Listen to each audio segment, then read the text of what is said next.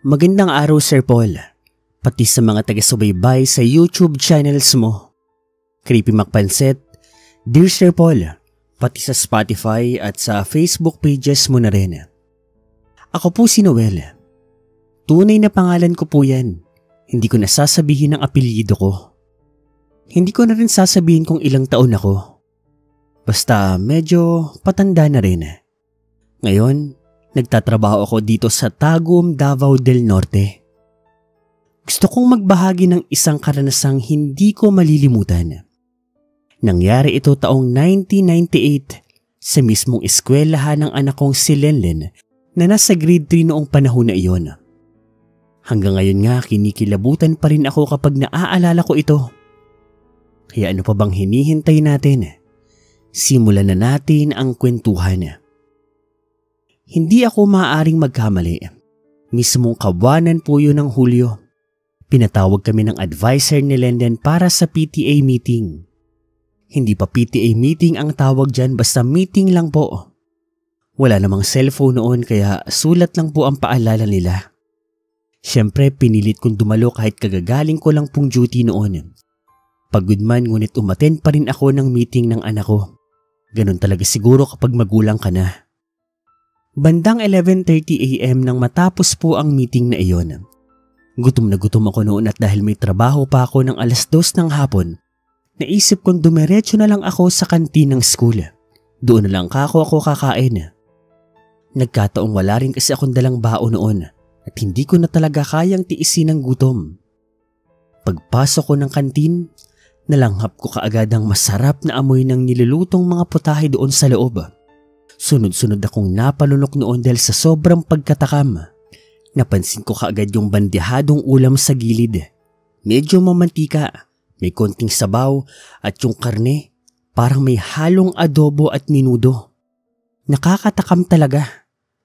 Ate, ano to? Tanong ko sa tindera. Special na pork sir. Galing sa bagong supplier namin. Masarap yan. Best seller ngayon. Ganun ba? Sige, pa-order ako nito. Kumuha ako ng isang order, isang platong kanin. Nagdagdag pa nga ako ng sabaw. Pagkaupo ko, unang subo ko pa lamang, napailing na ako sa sarap. Malasa, malambot, at may kakaibang linamnam na halos hindi ko maipaliwanag. Parang may herbs na hindi ko kilala, basta masarap talaga siya. Pasok na pasok sa panlasa ko. Pero may isang bagay akong hinahanap, yung sausawan. Sanay kasi ako sa may sausawan. Mahilig ako sa kalamansi at sili, toyo, patis, suka, kahit ano, depende sa ulam. Sayang nga lang dahil nang tanungin ko ang tindera kung may kalamansi ba sila at sili, hindi raw available. Kaya naman, naisip kong bumili pa ng extra order. Take out na lang kako. Bala ko rin kasing ipatikim yon sa asawa at sa anak ko. Matapos kong kumain ay umalis na rin po ako kasama yung take out ko. Nagpunta ng trabaho at pagkatapos ng nakakapagod na bakbakan sa trabaho ay umuwi na rin ako. Gabi. Nakauwi na ako nito sa amin. Nagpe-prepare na kami ng hapunan. Si Mrs. nagluto ng itlog at gulay. Pinainit ko rin sa kanya yung karne na nabili ko habang ako naman busy sa paghihiwa ng siling labuyo at pagpiga ng kalamansi. Tapos nilagyan ko ng toyo saka konting asin, paminta, konting asukal din. Perfect combination para sa akin. Maya-maya pa, nagtipo na kami ng mag-ina ko sa pagkainan. Excited akong tikman ulit yung karne. Sinawsaw ko agad yung unang piraso sa may sausawan at mabilis ko yung isinubo. Ngunit bago ko pa man maipasok sa bibig ko, napansin ko na para bang may matigas na parte. Kaya naman binalik ko yun sa pinggan ko. Hinamay ko yung laman gamit ang tinidor. Noong una akala ko normal na buto lang yun. Ngunit maya-maya, napagtanto ko na buto yun, na tila ba naghugis buto na nagmula sa daliri ng tao. Muli ko pang sinuri ang putahe na hindi ko pa nalalagyan ng sausawan. Wala naman akong kakaibang napansin. Kaya napagpasyan kong buhusan ang mga yun ng sausawa na may kalamansi. At ganoon na lamang ang pagkagulat ko nang biglang umalingasaw ang napakabahong amoy na nagmula sa putahing nasa harapan namin. Ano yan? Nauutal na tanong ng asawa ko. Napatigil din sila sa pagkain. Napatakip ako ng ilong at nagpatuloy sa pag-uusisa. Binligtad ko yung karne at hinimay pa. Hanggang sa may nakita akong bilog na parabang mata ng bata. Batang tao. Hindi yung buong eyeball ha, pero yung laman, kulay at hugis ay hindi normal. Biglang bumaliktad ang sikmura ko at tuluyan akong naduwal. Suka ako ng suka at todo alalay naman sa akin ng asawa ko. Yung anak ko ay nasa gilid ng at halatang naguguluhan sa mga nangyayari.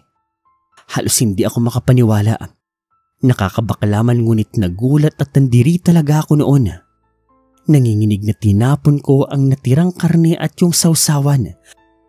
Maging ang aso naming si Bantay, lumayo rin sa karne na tinapon ko. Umalulong pa ito sa harapan ng karne. Saan mo nabili yan? Diyos ko, totoo bang nakikita ko? Ang asawa ko hindi talaga makapaniwala. Saglit akong napatitig doon sa kanya. Baka sa mukha niya ang pagkagulat at takot. Malalim akong napabuntong hininga bago ko sinara ang pinto. Saka dinala sila sa may sala. Doon ko kinausap ang asawa ko. Sinabi ko sa kanya ang karne ay nabili ko sa school canteen ng anak namin. Nagulat at nagalit noon si Mrs. Anito, mabuti na lang daw at hindi nakain ng anak namin. Kung nagkataon, baka may nangyari pang masama sa kanya. Doon ay napag-usapan namin ni Mrs. na i-report ko sa paaralan ang mga nangyari. Kaya naman kinabukasan, maaga akong bumalik ng school. Lumapit ako sa kantina at tinanong kung sino ang nagluto ng putahing yun. Doon ko nalaman na si Aling Luleng pala ang nagluluto doon sa school canteen. Ninang siya ng pamangkin ko. At masasabi kong mabait siyang tao. Kilala ko na siya halos 2 dekada na, kaya alam kong wala siyang kinalaman sa karne. Isa pa, halata ring nabigla rin sila sa reklamo ko. Tinanong ko rin kung sino ang supplier ng karne. Ay naku sir, bago ang supplier po noon. 1 beses lang po nag-deliver tapos hindi na po ulit namin siya nakita. Yun ang sabi ng tindera. Anong pangalan niya? Hindi na po siya nagpakilala eh. Ang alam lang po namin, taga San Francisco daw po siya. Mura kasi ang paninda kaya tinanggap na rin namin. Naglalako rin po siya ng karne sa baryo natin noon. Pero parang matagal ko na po siyang hindi nakikita. Bigla na lang siyang nawala sir eh. Yun ang paliwanag ng tindera. Matapos ang pangyayaring yun ay dumiretso naman ako sa barangay hall. Nagtanong ako kung may nagre-reklamo rin ba tungkol sa karne. Pero wala. Mukhang ako lang ang nakapansin. O baka ako lang ang nagsagawa ng kalamansi at sili. Kaya ako lang ang nakakita ng totoo. Doon ko lang din kasi napag-alaman na ang kalamansi pala ay pangontra din sa mga luto ng aswang.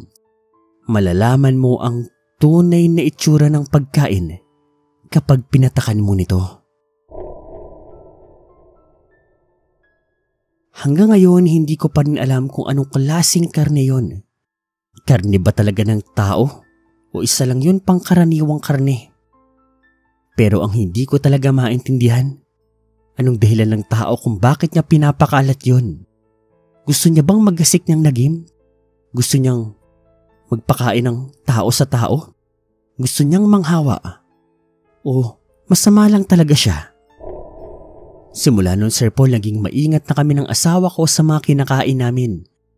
Lalo na sa anak namin na hindi naman namin kasama araw-araw kasi pumapasok siya. Siniguro naming lahat ng kinakain niya. Luto ng misis ko, luto ko, o kilala namin kung sino ang nagluto. At lahat ng kinakain namin kapag hindi namin kilala kung sino ang nagluto, pinapatakan namin ng kalamansi. Para sure, para ligtas, para hindi makakain ng luto ng aswang. Ngayon, ang dami kong tanim na kalamansi. Sa likod ng bahay ko, sa gilid, sa mga bakuran ko. Kalamansi is life. Masarap na, masustansya pa.